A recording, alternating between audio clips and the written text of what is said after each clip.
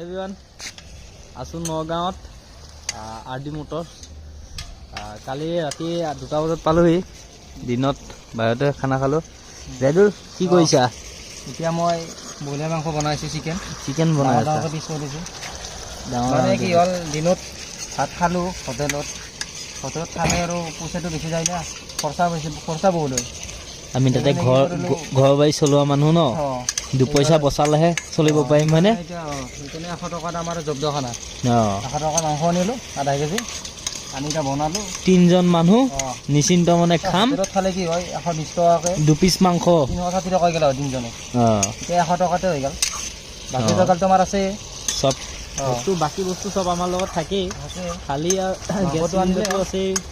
বাকী সব আছে এভৰিথিং আছে চাউল সব আছে মাছ বা মাংস কিবা এটা আনিলে মাছ বা মাংস কিবা নহ'লে ভাজি নহ'লে কিবা এটা আনিলেই হ'ল আমাৰ খালি আনিলে কাম চেছ